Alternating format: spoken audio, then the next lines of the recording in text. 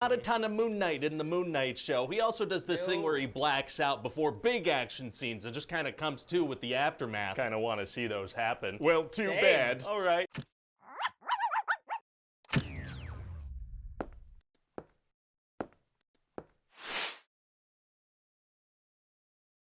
Hey guys, my name's Dan, and today's reaction is another pitch meeting. This is the Moon Knight pitch meeting, and I totally did not forget that this was a thing. Nope, I totally did not watch the show in its entirety last night. Not at all. Okay, maybe I did. I totally forgot about Moon Knight in the midst of Doctor Strange and everything else going on with the MCU. So I ended up watching it in its entirety last night just so I can be prepared for it. Normally, I do like to watch things before I react to the video because I wanted it to be fresh in my mind, but I'd rather not sit down and watch 6 hours worth of programming all in one sitting. So I'm now very curious to see how this all came together, and then I will give my overall opinion on the show at the very end. So if you enjoy other pitch meetings, I've reacted to many of them for you to enjoy. And if you want to see future reactions that I do, you can go right below this video, click that like button, that subscribe button, and the notification bell, because not only does it give you access to future reactions that I do, but it also helps my channel out a ton.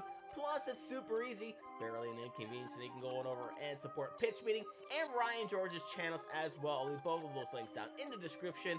And without any further ado, let's go. So, you have a new show for me? Yes, sir, I do. I was thinking we could do a Moon Knight series. Oh, like a prank show? What? You run around, friggin' show your bare butt to Sir Patrick Stewart? No. Mooning Knights is tight. No, I was thinking like a show about the Marvel character Moon Knight. Oh, yeah, that makes more sense. That's more on brand for us, for sure. Yeah, so we're gonna meet this British guy, Stephen Grant, right? And he keeps blacking out and waking up in strange places. Oh, been there. But it turns out when he's blacking out, it's actually a split personality situation, and this guy Mark Spector's taken over. Oh, so we're doing multiple characters played by the same actor? Yeah, they're gonna be constantly talking to each other, interacting and stuff. That never works. Well, sometimes it works. It's just weird to watch one guy interacting with himself. It doesn't cut together well. Nobody wants to watch that. I mean, I feel like some people might.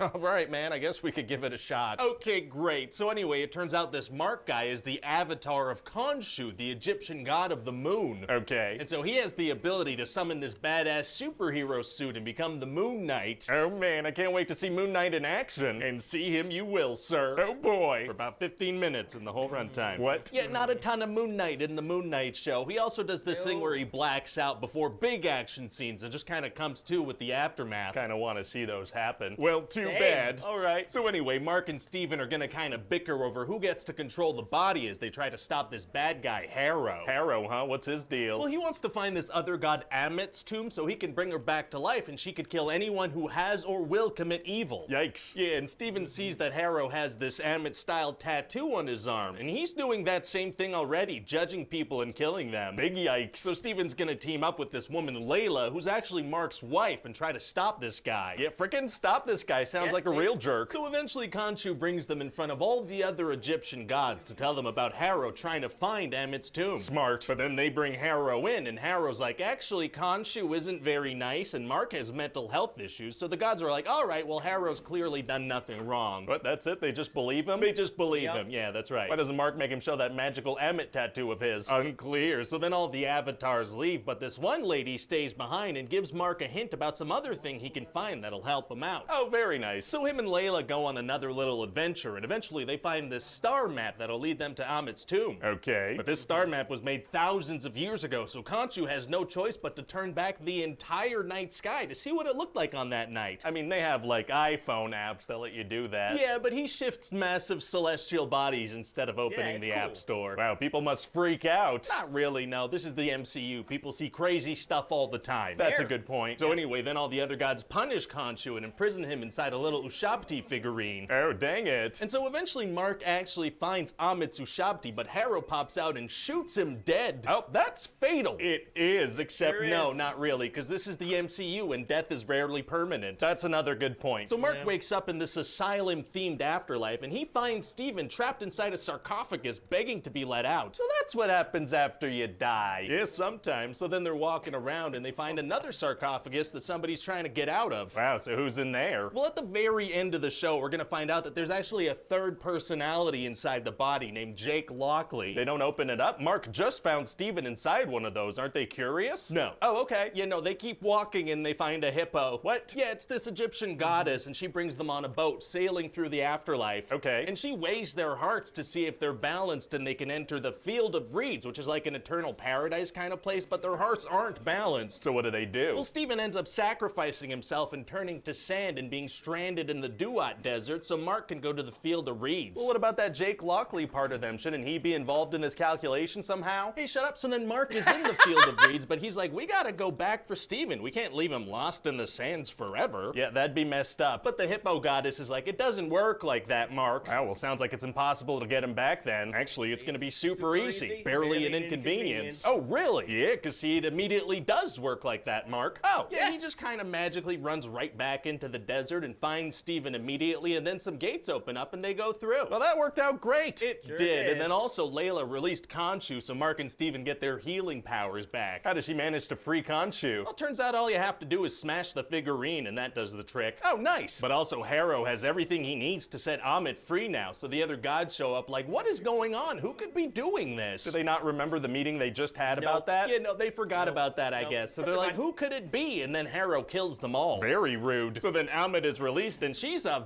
very angry crocodile. Oh, yeah? Oh yeah, so she inhales a bunch of souls and becomes super huge, and then Khonshu also becomes really big. How? By becoming really big. Sick. Yeah, so then there's gonna be this big final fight, and also Layla has powers too now. Oh, she does? Yeah, the hippopotamus gave her some bug wings. This is a weird show. Kind of. So then Mark turns into Moon Knight and flies in to start kicking some butt. He flies now? He flies now. Wow, wow, wow. Wow. And then it seems like Harrow is gonna kill Mark and Steven and some bad guys shooting at Layla, but only on the shielded part of her body for some reason. for it, Uh-oh, so what's Mark gonna do? He's gonna do what he does best, black out and take care of everything off screen. Oh. Yeah, so that's the big finale. We don't see what happens. I kind of wanted to see it. Well, too bad. So then they Yeah. trap Amit inside of Harrow's body, because this way they could kill her. Okay. But then Mark and Steven decide not to do it. What? Why not? Because that's kind of a thing in movies and TV. The hero kills a bunch of people throughout the movie, but then when it comes time to kill the big bad guy, they're like, nope.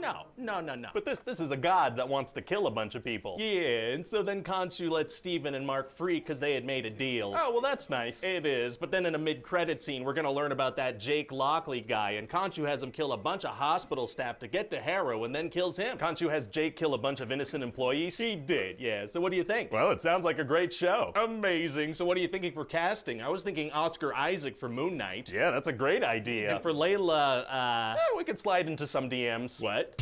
Slide into some DMs. Oh my god. Moon Knight actor was approached by Marvel first on Instagram? What? That I had no idea about. That is absolutely incredible. The power of social media and the internet, I guess. Anyway, I thoroughly enjoyed this show. I would have liked more Moon Knights with my Moon Knights, but I did enjoy the character development. I enjoyed seeing how the second personality came to be. It was pretty heavy stuff. I wasn't a huge fan of how the last episode went. Kind of felt a bit rushed. Would have been nice to see how he was able to get out of that little situation, because they were building up to that fight throughout the entire show, and it's just like, nope, he's defeated. He's completely, well, not dead, but like almost dead.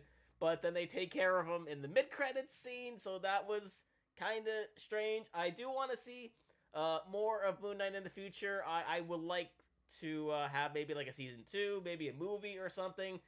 Maybe just to sort of like continue of like what's going on with him, what's going on with this character here.